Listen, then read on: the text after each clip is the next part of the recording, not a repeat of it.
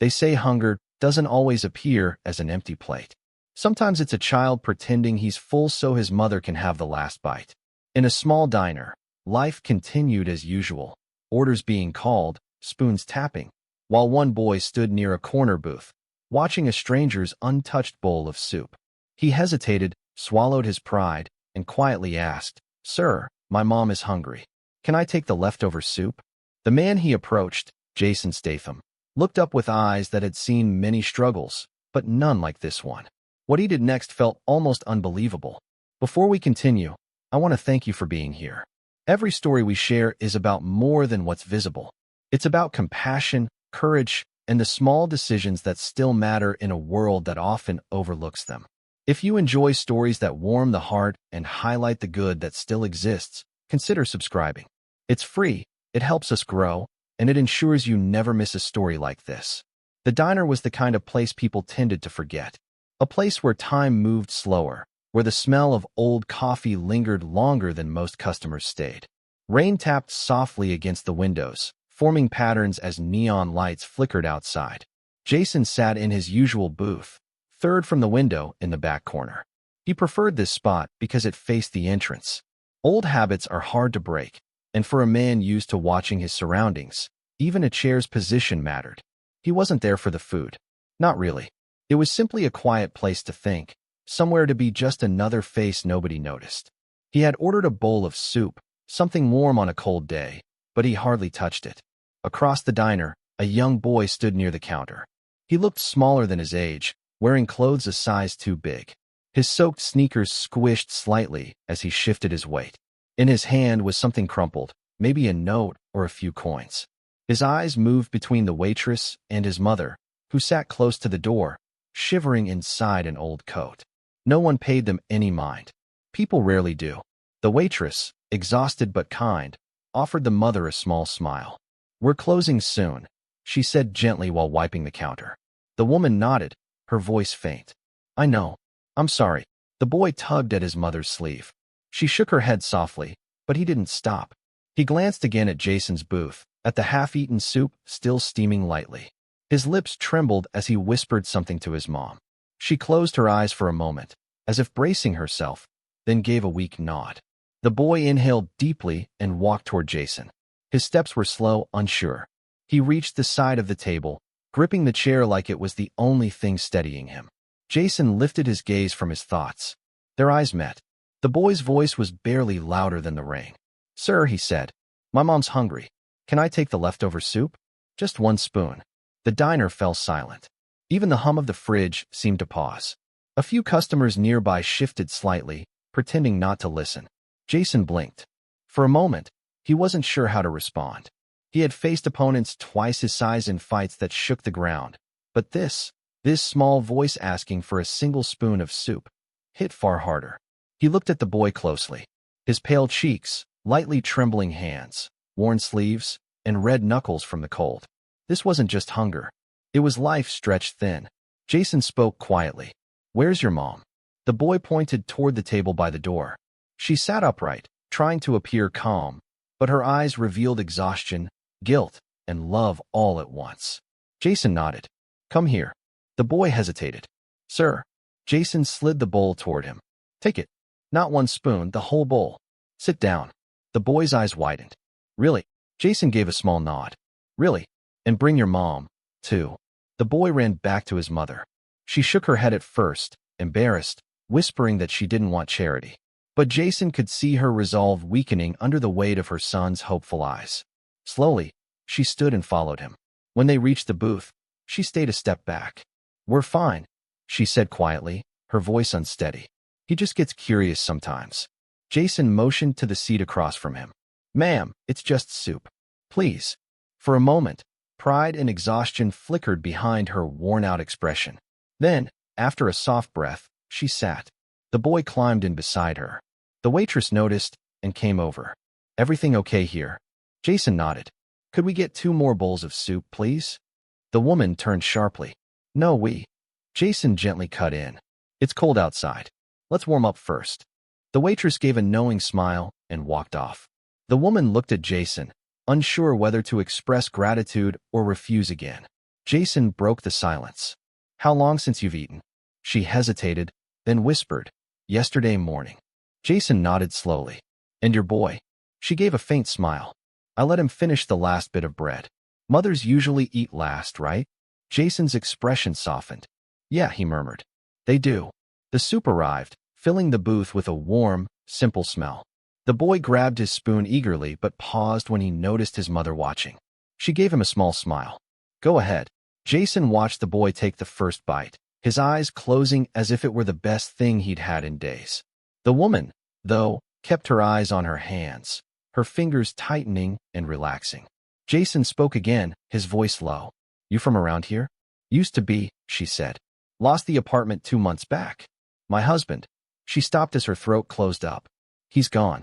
Jason didn't push. Some things didn't need to be reopened. I clean houses whenever I can, she continued. Sometimes people treat you kindly. Most times they don't. But I tell my boy things will improve. She gave a tired smile. They have to, right? Jason looked at the boy, now quietly scraping the bowl clean. What's his name? Eli. Jason nodded. He's a good kid. She smiled softly. Too good for this world. The waitress returned with 2 more bowls. On the house, she said gently. Kitchen's closing, and we've got extras. The woman's eyes filled with tears. Thank you. When the waitress walked away, Jason slid his wallet forward. He took out a few bills, far more than the cost of soup. Her eyes widened. No, please. I can't accept that. Jason shook his head. It's not charity. It's support. There's a difference. She hesitated. You don't even know us. Jason looked toward the window, watching the rain slide down the glass like thin trails. I don't need to. Sometimes you help because you remember needing help yourself and not getting any. Her lips trembled. She reached out and lightly touched the edge of the bills with shaking fingers. Thank you, she whispered. Jason gave a quiet nod. After they finished, the boy looked up shyly. Sir, are you a soldier? Jason paused. Why do you think that? The boy pointed at his posture, his calm tone, the way he carried himself. You sit like my uncle did. He was in the army. Jason gave a faint smile.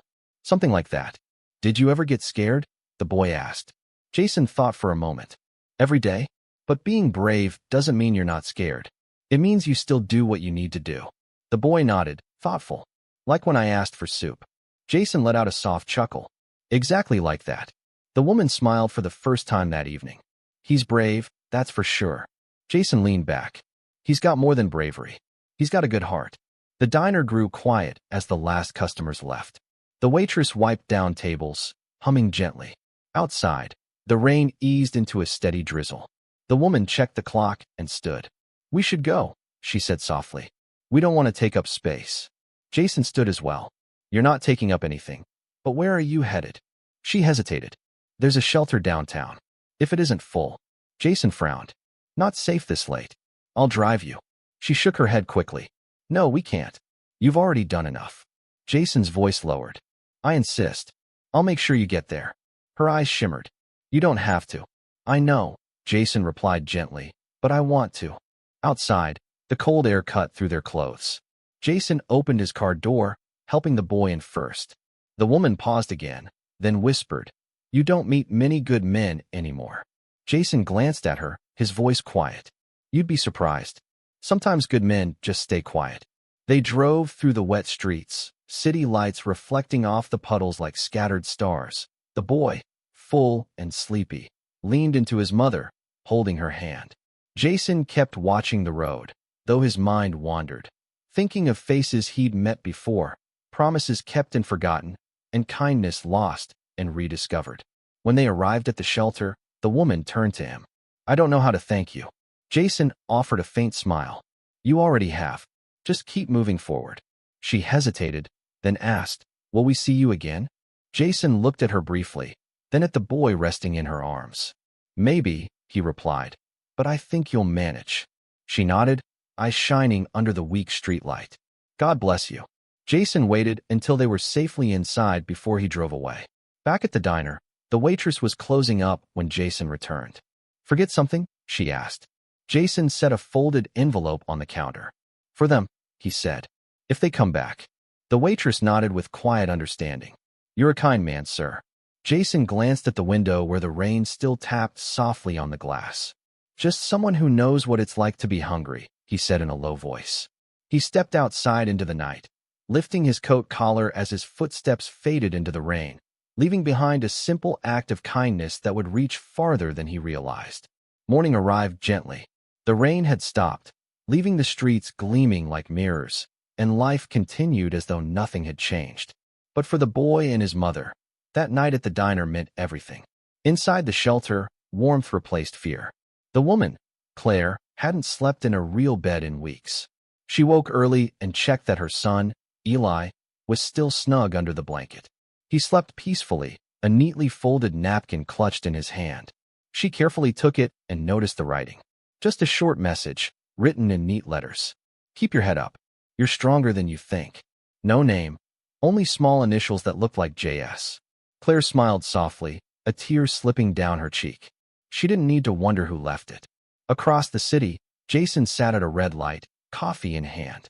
He wasn't thinking about fame, films, or interviews. His mind was on the boy's quiet voice asking for leftover soup. Hunger wasn't new to him, but something about this moment stayed. Maybe it was the boy asking not for himself, but for his mother. Maybe it was the way she tried to hide her pride behind exhausted eyes. He pulled over on the side of the road and looked through the rain-streaked windshield. His reflection seemed older, worn down by years of doing what everyone expected, acting, performing, enduring. But last night had reminded him of something simple, a kind of strength that doesn't need attention or applause. A week went by. Life continued. Jason returned to filming, surrounded by the usual blaze of lights and scripts. Yet something quietly tugged at him. He began noticing things. A homeless man outside a cafe. A mother counting coins at a grocery counter. A child staring at pastries through a bakery window. None of it was new. It had always been there. He just hadn't been paying close enough attention. One afternoon during a break, he slipped away quietly. His feet took him back to the block where the diner stood. Same smell of coffee. Same flickering neon sign above the window. Inside, the waitress recognized him instantly. "You again," she said with a smile. "The quiet guy who leaves envelopes." Jason returned a small smile. "They come back." She nodded gently. "I gave them what you left. The boy wanted me to tell you thank you, and that he's been brave." Jason's chest tightened. "He said it exactly like that?" She nodded. He looked toward the booth they'd once sat in. "Good kid," he said softly. Later that evening, while walking to his car, Jason noticed a small figure near an alley, bent over a trash bin. He paused. The boy, Eli. The boy looked up, startled. "Sir." Jason walked over slowly. "What are you doing out here?" Eli held up a plastic bag. "Mom's working. She cleans the diner now. I'm collecting cans to get a little extra."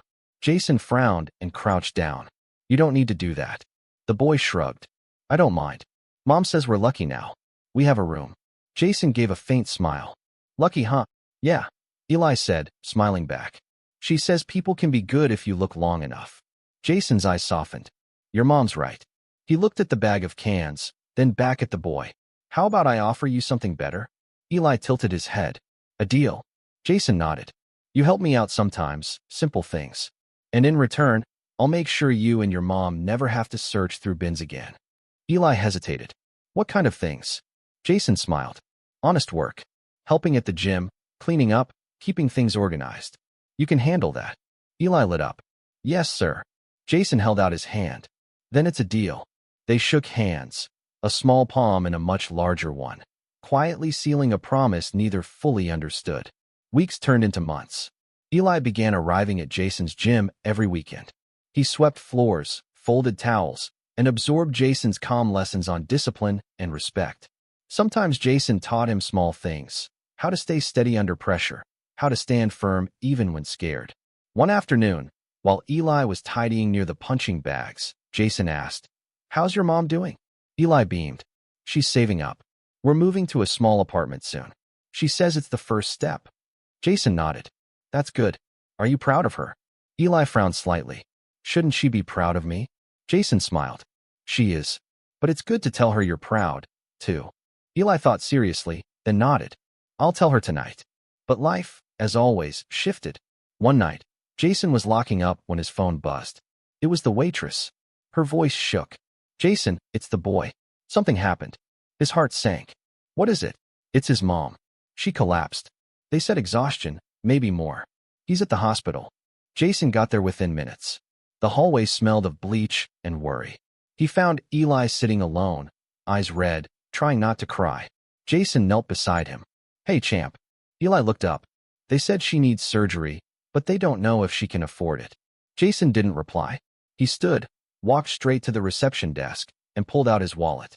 How much? The nurse blinked. Sir. Jason's tone was firm. How much? When she told him, he nodded, took out his card, and paid. Back at the bench, Eli stared at him. Sir, what did you do? Jason sat down. I made sure your mom gets treated. Eli blinked, voice barely above a whisper. Why? Jason looked at him thoughtfully. Because once, someone helped me when I didn't deserve it. And I promised I'd do the same when it was my turn. Eli had no words. He simply leaned against Jason. And for the first time since that night in the diner, Jason put his arm around someone like family. Days passed. Claire recovered slowly. When she opened her eyes and saw Jason at the door, she gave a weak smile. You again, she whispered. Jason smiled. You've got a strong kid. She laughed softly. He gets it from his dad. Then, after a pause, maybe from you too. Jason nodded. Rest now. The hardest part is over. She reached out her trembling hand. Thank you. You've done more than we can repay. Jason held her hand gently. Just promise me one thing. When you're well, help someone else. That's how this works. She gave a small smile. Deal. Months later, the diner was busy again. The neon sign still flickered, but the woman behind the counter wasn't just a waitress. It was Claire. She had the job full-time now. Her son sat in the corner booth doing homework, a bowl of soup beside him. Jason walked in quietly one afternoon. The bell above the door chimed. Claire turned, her face brightening. You kept your promise, she said. Jason smiled. So did you. She poured him a coffee. Your usual. He nodded. You remembered. How could I forget, she said. You changed our lives. Jason leaned back. You did that yourselves? I just gave a small push. Right then, Eli ran over, proudly holding his school report. I got top marks. Jason grinned, taking the paper. Look at that. I knew you would. Eli blushed. We saved you some soup, sir. The same kind you gave us. Jason smiled softly. Then I guess it's my turn to eat. They sat together, 3 people connected not by blood but by kindness. Outside, life continued. Cars, crowds, noise. But inside that small diner, time slowed. There was warmth, quiet laughter, and something deeper than words, understanding. And as Jason took his first spoonful of the same soup he'd once offered, he realized something simple but important. Sometimes the smallest act of kindness doesn't just feed the hungry. It reminds us what being human truly means.